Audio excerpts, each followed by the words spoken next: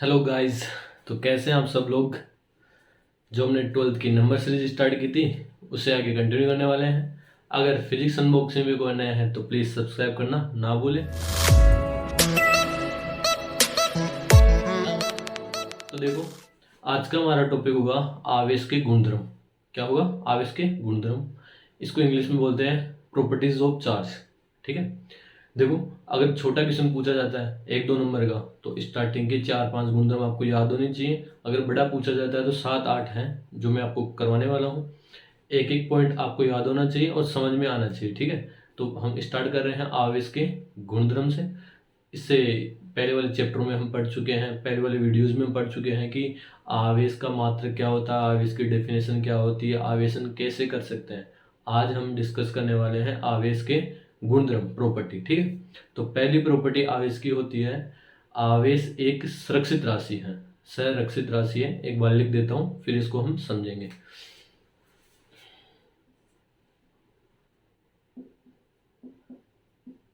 आवेश एक संरक्षित राशि है। आवेश एक कौन सी राशि है? सुरक्षित राशि है। इस चीज को मैं आपको एक एग्जांपल से समझाना चाहता हूँ कि सुरक्षित का मतलब क्या है। देखो, हम 11th क्लास में पढ़ चुके थे या 10th क्लास में पढ़ा होगा आपने ऊर्जा संरक्षण का नियम। वो ये बोलता है कि किसी भी वस्तु की प्रारंभिक ऊर्जा और उसी वस्तु की अंतिम ऊर्जा दोनों हमेशा क्या होनी चाहिए? बराबर होनी चाहिए। ठीक है। यहाँ पे भी हम क्या देखेंगे कि किसी घटना से पूर्व का आवेश और घटना के बाद का आवेश अगर बराबर है तो वहां पे हम उसको बोलेंगे आवेश संरक्षण का सिद्धांत या आवेश संरक्षण का नियम। ठीक है। एक एग्जांपल से समझते हैं इसको। देखो जरा, ये एक कांच की छड़ है ना, ये एक कांच की छड़ है। इसको जब मैं एक रेशमी कपड़े से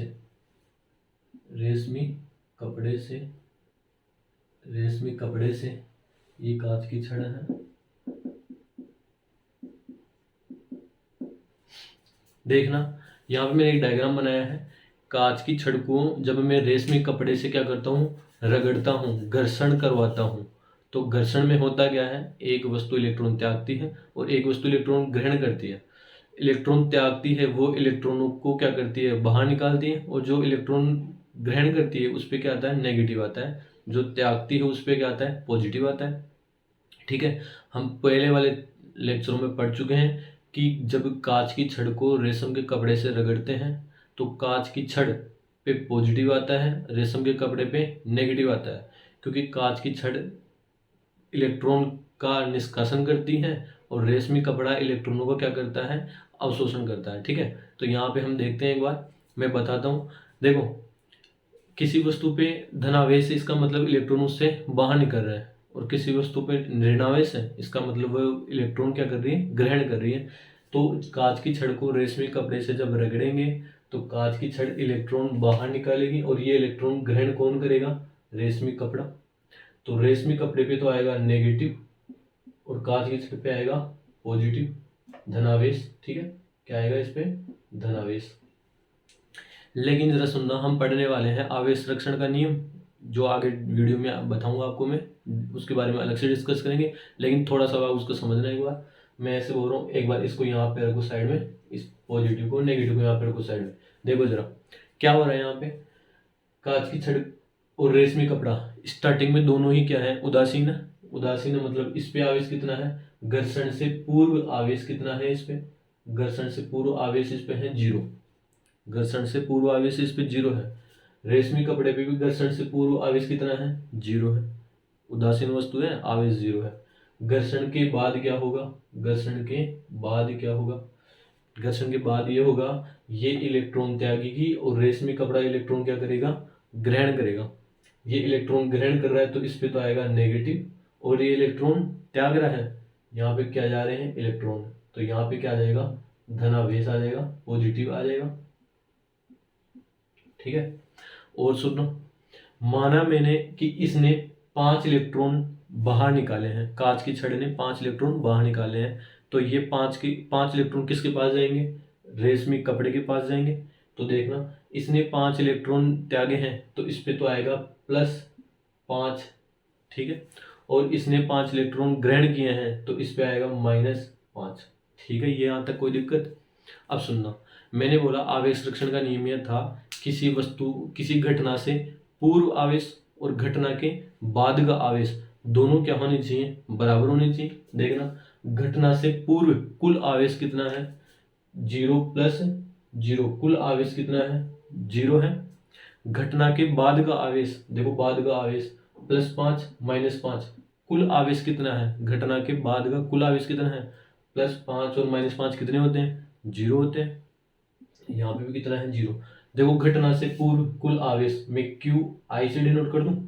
Q का मतलब आवेश, I का मतलब इनिशियल, प्रारंभिक अवस्था में आवेश कितना है? 0 है। अंतिम अवस्था में आवेश कितना है? QF। देखो यहाँ पे ये दोनों ही क्या है? ये भी 0 है और ये भी क्या है? 0 है। प्रारंभिक अवस्था में आवेश और अंतिम अवस्था में आवेश दोनों ही क्या है? बराबर है। देखो जरा, F का मतलब फाइनल, Q का मतलब है आवेश। तो यहाँ से हम क्या बोलेंगे? QI बराबर QF, ठीक है। किसी वस्तु किसी घटना से पूर्व आवेश और घटना के बाद का आवेश अगर बराबर है तो उसे हम बोलते हैं संरक्षण। लेकिन हम यहाँ पे किसका संरक्षण पढ़ रहे हैं? आवेश का।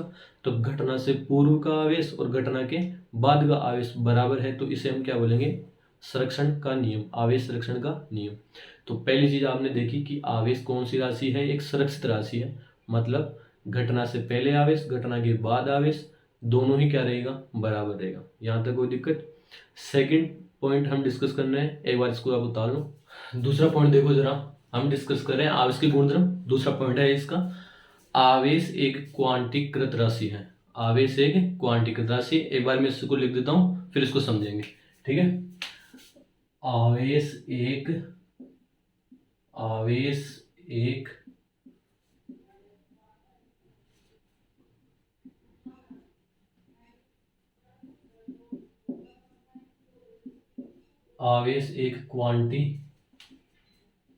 क्वांटीकृत राशि है। आवेश एक क्वांटीकृत राशि है। देखना, क्वांटीकृत का मतलब क्या होता है?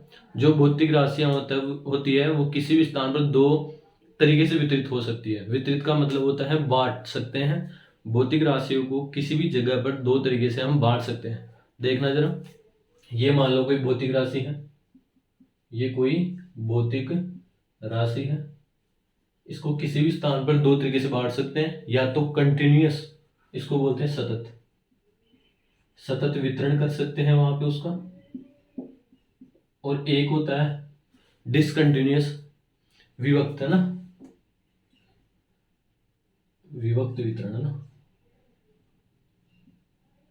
विभक्त वितरण। भौतिक राशियों किसी भी स्थान पर दो तरीके से उपलब्ध हो सकती है, या तो कंटिन्यूअस लगातार रहे वो, या डिसकंटिन्यूअस बंडलों, पैकेट, क्वांटा के रूप में रहे। देखो जैसे प्रकाश है, प्रकाश वो एक समान रूप से फैलता है चारों तरफ, इसका मतलब वो कैसी राशि है? सतत राशि है। आवेश का जो वितरण है वो सतत होता है। विभक्त वितरण का मतलब ये होता है कि वह क्वांटा, पैकेट अथवा बंडलों के रूप में रहे। बंडलों के रूप में रहे तो उसको हम क्या बोलेंगे? विभक्त। तो देखना, मैंने यहाँ पे क्या बोला है? आवेश एक क्वांटीकृत राशि है। इसका मतलब जो आवेश है वो किसी भी जगह पे कैसे रहेगा? बंडलों के रूप में, पैकेट के रूप में अथवा गुच्छों के रूप में रहेगा, ठीक है। पहला हम डिस्कस कर चुके हैं क्या? आवेश एक संरक्षित राशि है। दूसरा है आवेश एक क्वांटीकृत राशि है, अर्थात वह है बंडलों के रूप में रहेगा। मैं समझाने की कोशिश कर रहा हूँ। देखो जरा, मान लो ये कोई वस्तु है, ये एक वस्तु है, ये एक वस्तु है। तो जरा आप बताना मेरे को कि मैं इस वस्तु से मान लो इलेक्ट्रॉन बाहर निकाल रहा हूँ। इसको इलेक्ट्रॉन दे भी सकते थे, एक बार मैं बाहर की बात कर रहा हूँ। देखो जरा, मान लिया मैंने इससे इलेक्ट्रॉन बाहर निकाले हैं, मैं इसको आवेशित करना चाहता था, तो मैं आवेशित कैसे करूंगा? इलेक्ट्रॉनों के स्थानांतरण से। तो मैंने क्या किया? इससे इलेक्ट्रॉन निकाले। मान लिया मैंने इससे कितने इलेक्ट्रॉन निकाले हैं? आप खुद बताओ, किसी वस्तु से आप मिनिमम, न्यूनतम कितने इलेक्ट्रॉन निकाल सकते हो? आपका आंसर होगा 1 इलेक्ट्रॉन निकाल सकते हो। ठीक है, दे भी कितना सकते हो, न्यूनतम 1 इलेक्ट्रॉन दे सकते हो। मैंने इससे 1 इलेक्ट्रॉन क्या किया, बाहर निकाला। 1 इलेक्ट्रॉन क्या किया, बाहर निकाला। तो देखना जरा, इस वस्तु पे कौन सा आवेश आएगा, प्लस आवेश आएगा। इस वस्तु पे जो आवेश आएगा वो कौन सा आएगा, प्लस। और कितना आएगा, 1 इलेक्ट्रॉन प्लस 1e आएगा कि नहीं आएगा। ठीक है, यहां तक। अगर मैंने यहां से 2 इलेक्ट्रॉन निकाले होते, कितने इलेक्ट्रॉन निकाले होते, मैंने यहां से 2 इलेक्ट्रॉन निकाले होते, तो यहाँ पे इस पे कितना आवेश आता, इस पे आवेश आता Q बराबर प्लस 2e आता। क्या मैंने 3 निकाले होते तो कितना आता, 3e आता। मैंने n निकाले होते तो यहाँ पे इस पे अगर मैंने यहाँ से n इलेक्ट्रॉन निकाले होते तो यहाँ पे जो आवेश आता वो आता प्लस Ne आता कि नहीं आता। मैं निकाल रहा हूं इसलिए प्लस आ रहा है, अगर मैं इसको इलेक्ट्रॉन देता तो यहाँ पे सब जगह क्या आ जाता, माइनस आ जाता। ठीक है, तो देखो जरा, इलेक्ट्रॉन है ना, किसी वस्तु से न्यूनतम हम 1 निकाल सकते हैं और 1 उसको दे सकते हैं। कभी इलेक्ट्रॉनों को हम ऐसे, इलेक्ट्रॉन हमेशा पूर्ण संख्याओं के रूप में होते हैं, 1 2 3 4, ऐसे नहीं होते 1/2 2/4 2.5 5.6, ऐसे नहीं होते। कैसे होते हैं, पूर्णांकों के रूप में होते हैं। तो मैं इससे इलेक्ट्रॉन कैसे निकाला, इस वस्तु से इलेक्ट्रॉन कैसे निकाला, पहले मैं निकालता तो प्लस और देता तो इसको माइनस, ई आता 1e। दूसरी बार कितने निकाले, प्लस माइनस 2e। तीसरी बार प्लस माइनस 3e। और लास्ट में कितना निकाला मैंने, प्लस माइनस ne। यहां तक कोई दिक्कत। अब मेरे को आप बताओ कि आवेश का हर मान संभव है क्या, हर मान संभव है क्या, 2.5 3.5 नहीं है हर मान संभव। कुछ विशेष मान ही है। विशेष मान कौन से हैं, plus minus 1e plus minus 2e plus minus 3e plus minus ne। ठीक है, तो आवेश टुकड़ों के रूप में है क्या, 2e 3e 4e 5e, मतलब टुकड़े ही तो हैं अलग अलग। किसी भी वस्तु पे आवेश कैसे होगा, या तो 1 रहेगा या 2 रहेंगे या एक साथ 3 रहेंगे या 4 रहेंगे, बंडलों के रूप में है। इसलिए हम आवेश को क्या बोल रहे हैं, आवेश एक कौन सी राशि है, क्वांटिकृत राशि है। यहां तक कोई दिक्कत। एक बार इसको उतार लो, आगे हम डिस्कस कर रहे हैं। थर्ड पॉइंट,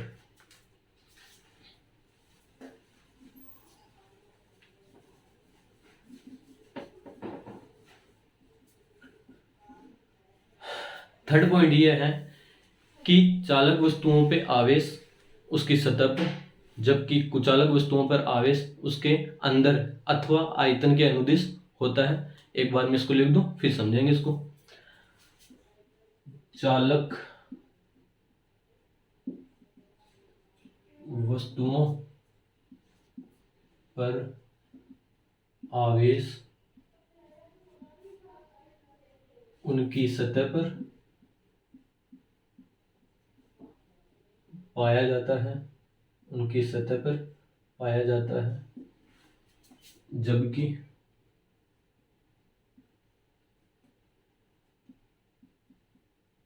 कुचालक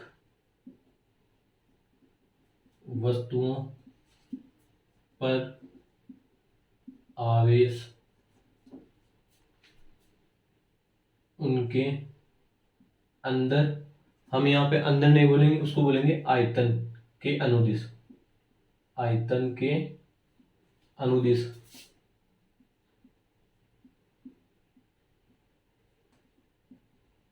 पाया जाता है।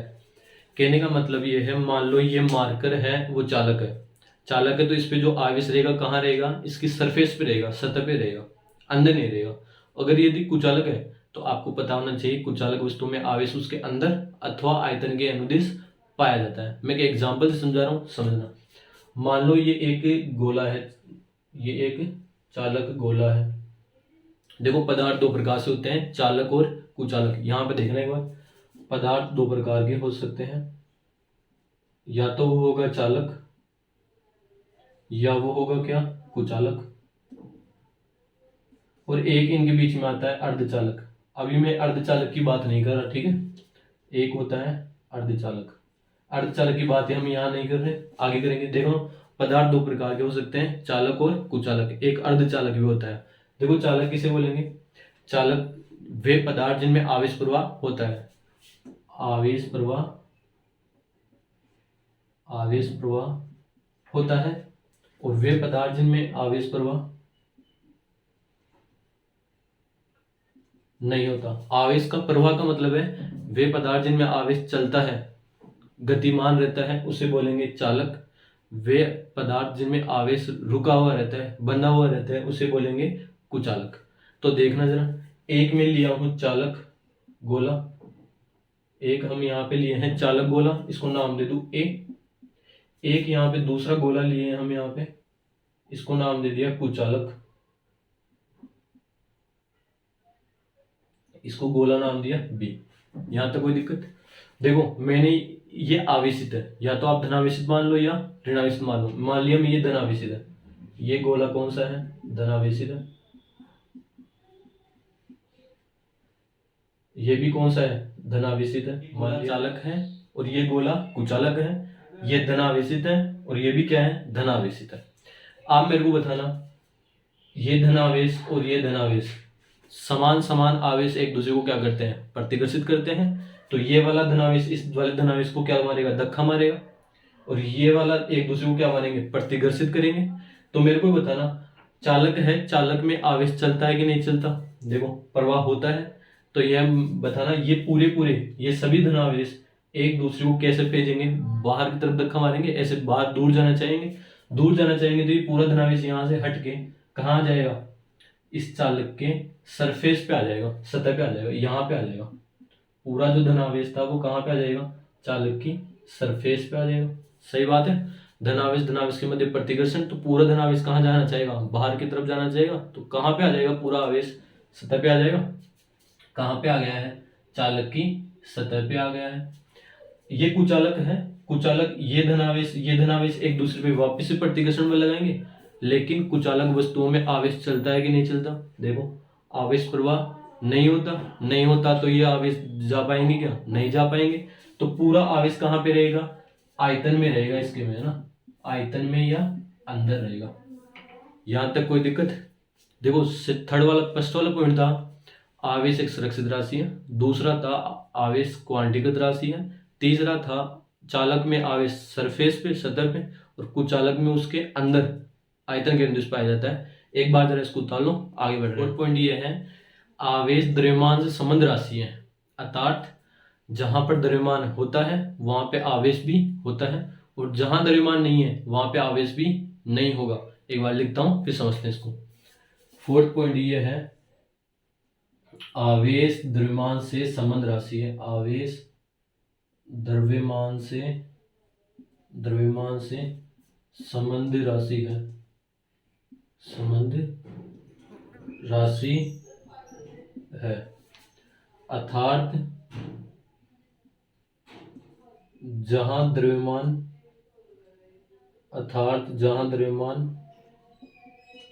होता है वहां आवेश भी होता है, जहां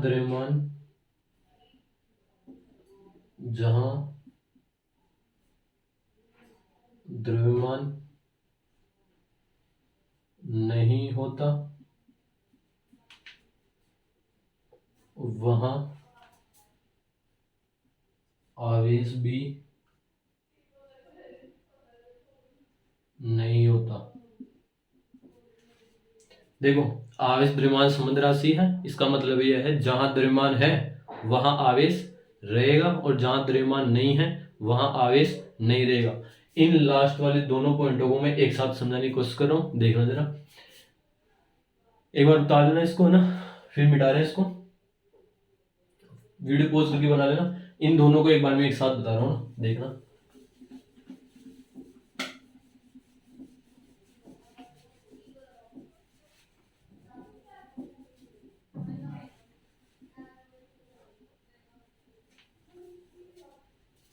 देखो जरा, गोले कितने प्रकार के हो सकते हैं?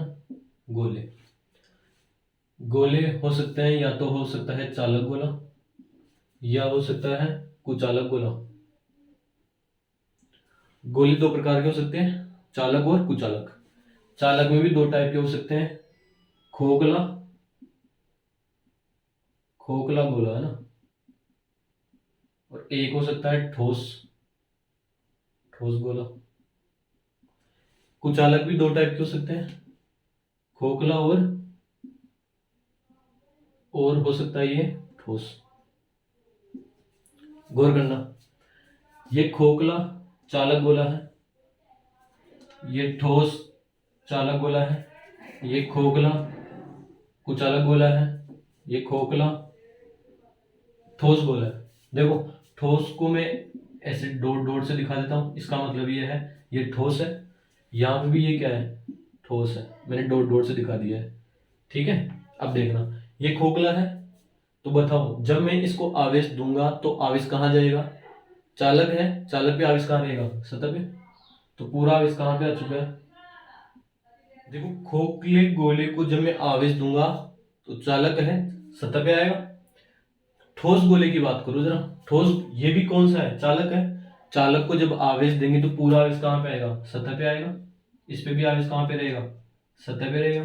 यहाँ की बात करो, खोखला कुचालक गोला है, कुचालक को जब आवेश देते हो तो कहाँ पे रहता है, अंदर रहता है। अब मेरे को बताओ यहाँ पे इसके अंदर द्रव्यमान है क्या, द्रव्यमान नहीं है ना, द्रव्यमान नहीं है तो यहाँ पे आवेश भी नहीं होगा। यहाँ पे आवेश नहीं होगा तो बचाएगा, आवेश जाएगा कहाँ पे, जाएगा कहाँ पे, सिंपल सी बात है, सतह पे रहना पड़ेगा यहाँ पे आवेश को भी, क्योंकि अंदर तो द्रव्यमान, यहाँ पे द्रव्यमान नहीं है। और एक पॉइंट हमने पढ़ा था, जहां पे द्रव्यमान नहीं होता वहां आवेश भी नहीं होता, यहाँ द्रव्यमान नहीं है तो आवेश भी नहीं हो सकता। इसकी बात करूं, ये ठोस कुचालक गोला है, जब इसको आवेश देंगे तो आवेश कहाँ रहेगा, अंदर रहेगा। अंदर क्या है, द्रव्यमान है, तो अंदर क्या रह सकता है, आवेश रह सकता है, तो इसके अंदर आवेश क्या रहेगा, अंदर रहेगा, आयतन के अनुदिश रहेगा।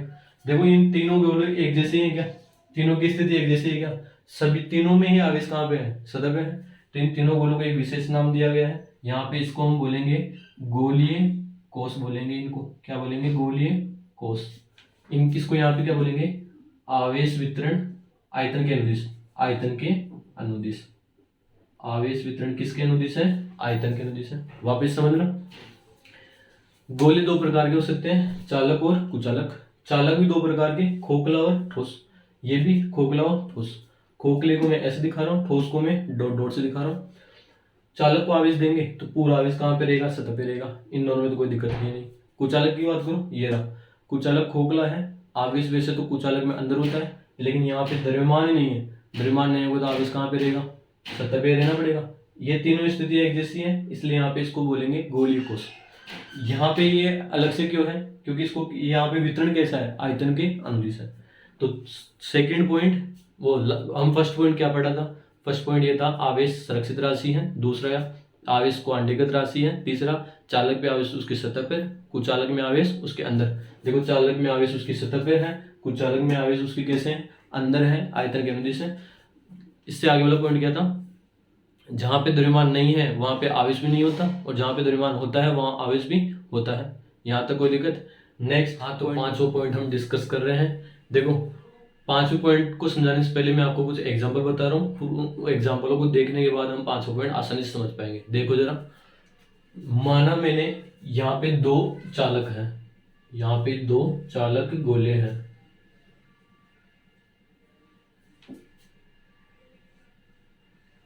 ये क्या है, दो चालक गोले हैं, दो चालक गोले हैं, इसका नाम है ए, इसका नाम है बी। इस पे आवेश है +20 माइक्रोकुलम, इस पे आवेश है +10 माइक्रोकुलम। दो चालक गोले हैं, एक पे आवेश है 20, एक पे आवेश है 10 माइक्रोकुलम। ठीक है, जब मैं, मेरा क्वेश्चन ये है कि जब इन दोनों को संपर्क में लाकर वापस उसी जगह पर रख देंगे तो अंतिम अवस्था में आवेश कितना होगा। मैं लिखता हूं क्वेश्चन, चालकों को संपर्क में लाकर, चालकों को संपर्क में लाकर, संपर्क में लाकर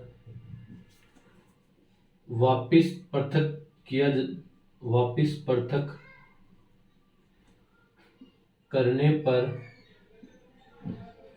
आवेश बताना है। देखो हमने क्या कर रहे हैं, एक तो 20 माइक्रोकुलम का चालक गोला लिया है, एक 10 माइक्रोकुलम का चालक गोला लिया है। मैं ऐसे हो रहा हूं, दोनों को संपर्क में लाऊं, संपर्क में लाने के बाद क्या कर दिया मैंने, दोनों को पृथक कर दिया। पृथक करने के बाद दोनों पे आवेश की मात्रा कितनी होगी, गोले ए पर और गोले बी पर। ये मेरा क्वेश्चन है। देखो जरा, मैं ऐसे बोल रहा हूं, जब भी कभी ऐसी प्रॉब्लम आए तो देखना, मैं ऐसे बोल रहा हूं, जब भी मतलब जैसे दोनों चालकों को हम परस्पर संपर्क में लाएंगे तो कौन सी विधि द्वारा आवेशन होगा, ये होगा संपर्क द्वारा आवेशन होगा। हम पढ़ चुके हैं संपर्क द्वारा आवेशन में क्या होता है, दो वस्तुएं जब आपस में संपर्क में आती है तो एक वस्तु दूसरी वस्तु को क्या दे देती है, आवेश दे देती है। किस वजह से दे देती है, विभव में अंतर के कारण की वजह से। अब पहले तो ये बताओ विभव ज्यादा किसका है, देखो ज्यादा विभव से कम विभव की ओर आवेश का क्या होगा, प्रवाह होगा। देखो जरा यहाँ पे ये दोनों है, मैं एक फॉर्मूला बताता हूँ विभव का, आगे हम डिस्कस करेंगे, लेकिन फिर भी यहाँ पे देखना फॉर्मूला होता है V बराबर KQ/R। मैं इससे बोल रहा हूँ इन दोनों चालक गोलों की त्रिज्या है ना, इसकी भी स्मॉल r है और इसकी भी कितनी है, स्मॉल r है। दोनों चालक गोलों की त्रिज्याएं क्या है, बराबर है।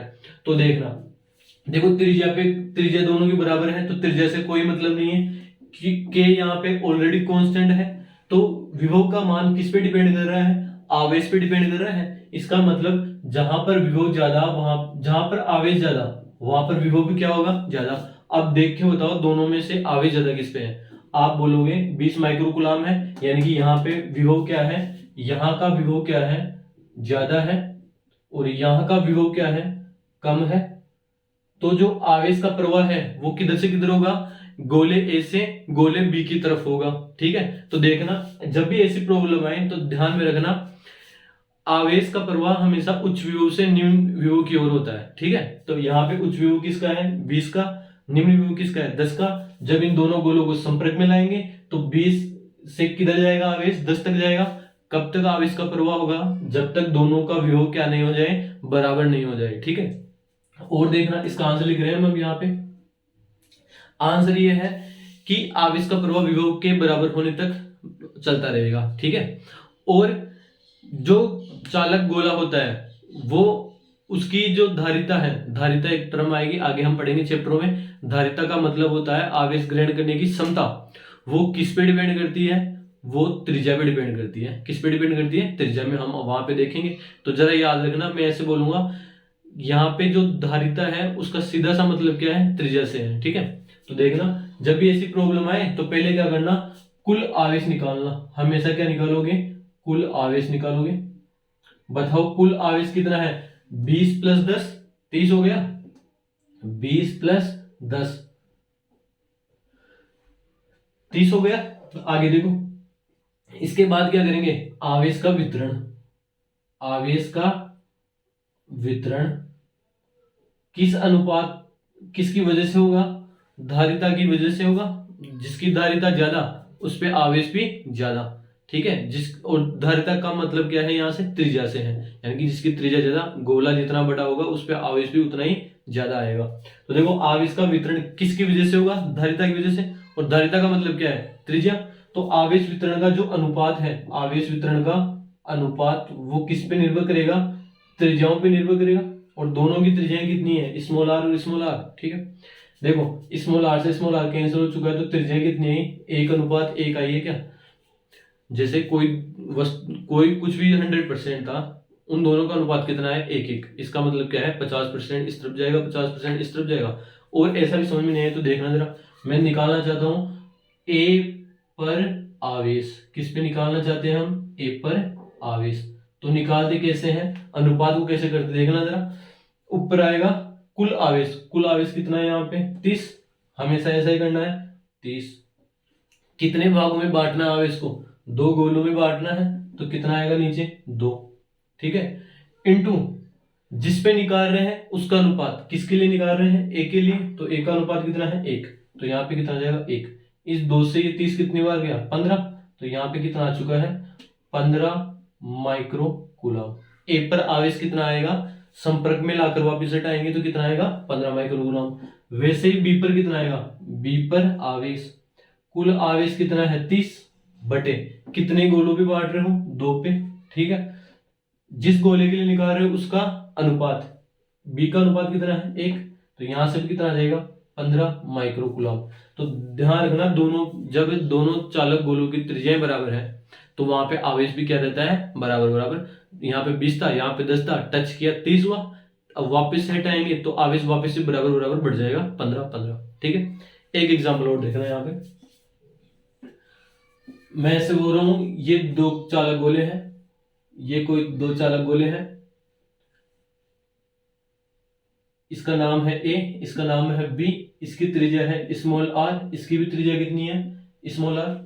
यहाँ पे जो आवेश है वो है -20 माइक्रो कूलम, और यहाँ पे जो आवेश है वो है -10 माइक्रो कूलम। वही क्वेश्चन है, दोनों को पहले परस्पर संपर्क में लाएंगे और वापस क्या कर देंगे, अलग अलग कर देंगे। तो बताओ अंतिम आवेश कितना होगा ए पर और बी पर। तो हम क्या करेंगे, पहले तो निकालेंगे कुल आवेश। बताओ कुल आवेश कितना होगा, 20 और 10 कितने होते 30, तो माइनस का 30 माइक्रो कूलम। यहां तक कोई दिक्कत। आगे देखो, फिर आवेश का वितरण, आवेश वितरण अनुपात, आवेश वितरण अनुपात। आवेश वितरण अनुपात निर्भर करता है धारिता पर, और धारिता का मतलब क्या है, जिसकी त्रिज्या ज्यादा उस पे आवेश भी ज्यादा। तो यहाँ पे किसका अनुपात दे रहे हैं, त्रिज्याओं का। तो त्रिज्याओं का अनुपात कितना होगा, आर अनुपात आर। ये ए की है और ये किसकी है, बी की है। इसको इससे कैंसिल करोगे तो 1:1 आएगा। फिर से बराबर बराबर है, तो फिर से हम क्या कर देंगे, डायरेक्ट कर दूं। ए पर आवेश कितना आएगा, कुल आवेश का आधा। कुल आवेश कितना है -30, -30 का आधा कितना आएगा -15 माइक्रोकूलम। बी पर आवेश, बी पर आवेश कितना आएगा, यहां पे भी कितना आएगा -15 माइक्रोकूलम। ठीक है, देखो मैं यहां से आपको आवेश संरक्षण का नियम भी बता सकता हूं, देखना जरा। इस वाले की बात करूं, यहाँ पे क्यू आई स्टार्टिंग कंडीशन में आवेश कितना है 20 + 10 30। स्टार्टिंग में आवेश कितना है 30।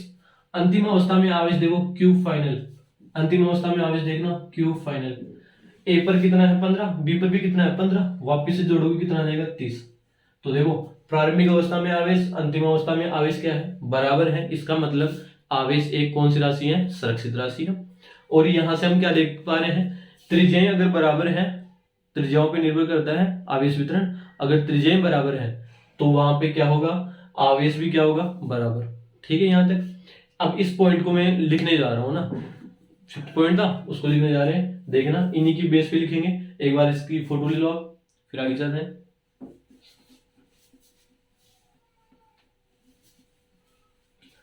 5th पॉइंट हम डिस्कस कर रहे थे। देखो 5th पॉइंट क्या था, मैं बता दूं आपको।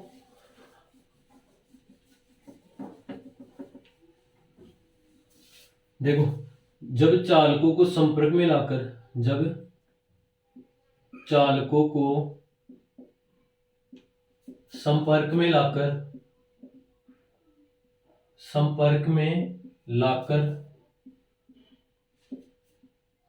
पुनः पृथक किया जाता है, पुनः पृथक किया जाता है,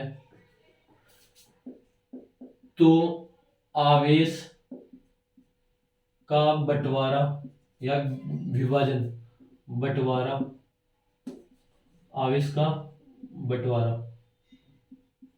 बंटवारा किस में निर्भर करता है, आवेश का बंटवारा धारिताओं पर निर्भर करता है ना, धारिताओं। और ब्रैकेट में क्या लिखेंगे, धारिता का मतलब क्या होता है, त्रिज्या होता है, त्रिज्याओं पर निर्भर करता है। ठीक है,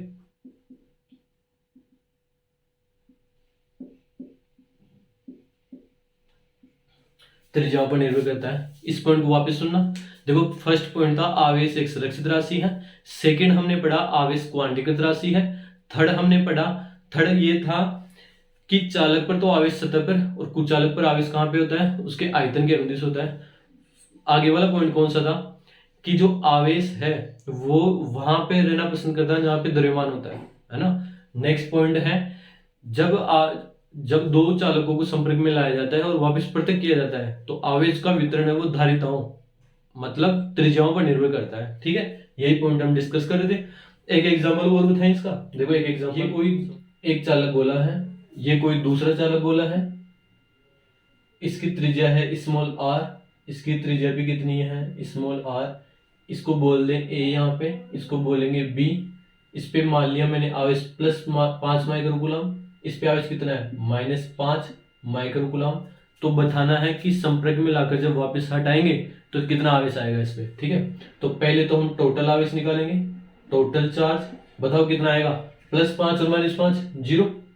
अब 0 आ चुका टच करने पे, तो वापस हटेगा तो अनुपात कितना आएगा, देखो यहाँ पे ए और बी का त्रिज्याओं का अनुपात कितना आएगा, त्रिज्याओं का जो अनुपात है, त्रिज्याओं का जो अनुपात है वो भी कितना आएगा, 1:1 आएगा, यानी आधा आधा बटेगा, तो 0 का आधा कितना होता है, अरे कुछ नहीं होता, 0 ही होता है। तो ए पर जो आवेश आएगा वो कितना आएगा, 0, और बी पर भी कितना आवेश आएगा, 0। ठीक है, करके देखने के बाद समझ में आ जाएगा। नेक्स्ट देखो, हम सिक्स्थ प्रॉपर्टी पढ़ रहे थे, इसको हटा दो यहाँ से, उतार लेना ना इसको हटा दे यहाँ से। देखो सिक्स्थ, देखो नेक्स्ट प्रॉपर्टी यहाँ पे, समान आवेशों के मध्य प्रतिकर्षण होता है, जबकि विपरीत प्रकृति के आवेशों के मध्य आकर्षण होता है। पहले लिख लेते हैं, देखो समान आवेशों में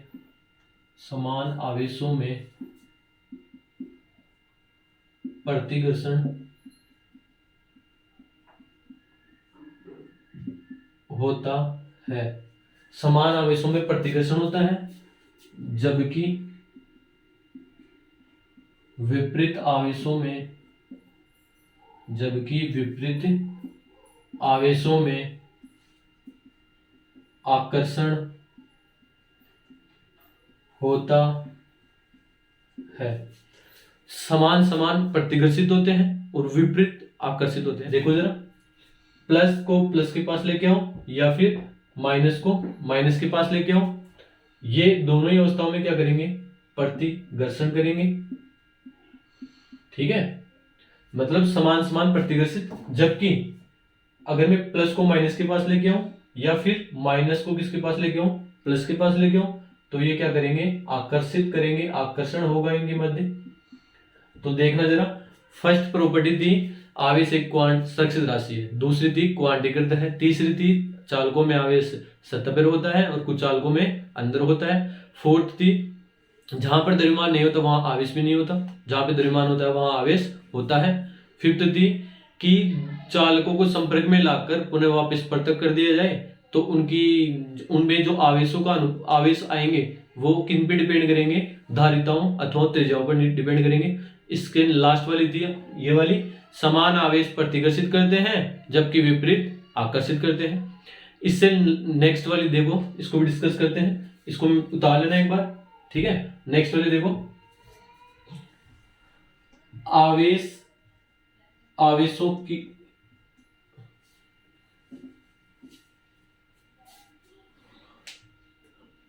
नेक्स्ट वाली देखो जरा, आवेशों की निश्चरता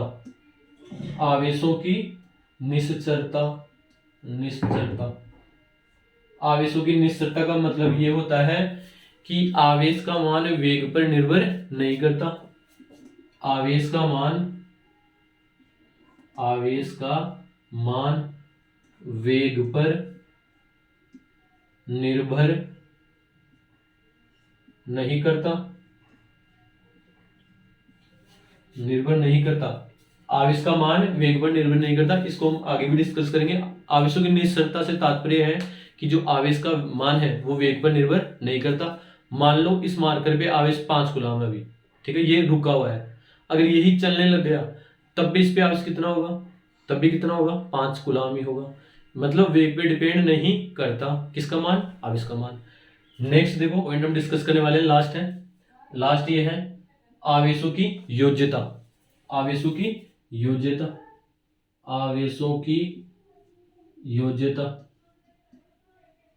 योज्यता का मतलब ये होता है कि आवेशों को हम कैसे जोड़ेंगे। मेरे को बताओ, आवेश को जोड़ना है, पहले बताओ आवेश सदिश है कि अदिश है। आवेश एक प्रकार की अदिश राशि है।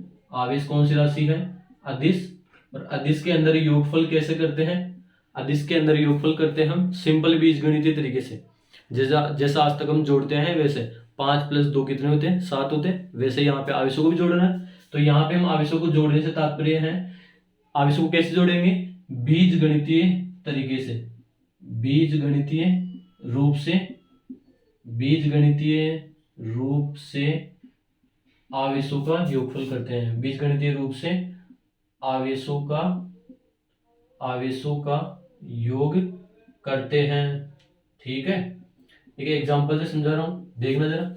यहाँ पे देखो साइड में, मान लो ये कोई वस्तु है, इस वस्तु पे +5 कूलम है, और है +2 कूलम है, और एक है -7 कूलम है। तो हम कैसे जोड़ेंगे, टोटल आवेश कैसे निकालोगे, 5 + 2 - 7 कितना हुआ, 7 से 7 कैंसिल हो गया, यानी कि इस वस्तु पे आवेश कितना है, 0 है। ये हम डिस्कस कर चुके हैं आवेशों की प्रॉपर्टी। देखो वापस से रिकॉल कर रहे हैं।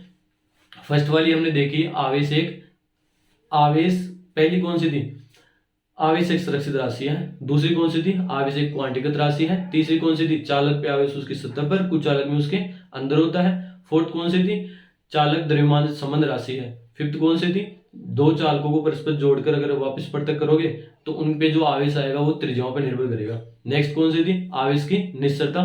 निश्चरता का मतलब आवेश वेग पर निर्भर नहीं करता। इससे नेक्स्ट कौन सी थी, समान प्रतिकर्षित करते हैं और विपरीत आवेश एक दूसरे को आकर्षित करते हैं। नेक्स्ट कौन सी थी, आवेश की योज्यता। योज्यता का तात्पर्य आवेशों को जोड़ना, और वो हम सीख चुके हैं। सिंपली कैसे जोड़ते हैं, जैसा आज तक हम जोड़ते हैं, जितने जो प्लस है प्लस को जोड़ दो, जो माइनस उनको जोड़ दो, जो आंसर आएगा वही क्या होगा, आवेशों की योज्यता। योज्यता का मतलब है आवेश एक अदिश राशि है, तो सिंपल अदिशों के तरीके से इसको जोड़ने वाले हैं। अगर फिजिक्स से अनबॉक्सिंग में कोई नया है तो सब्सक्राइब करना ना भूले। धन्यवाद।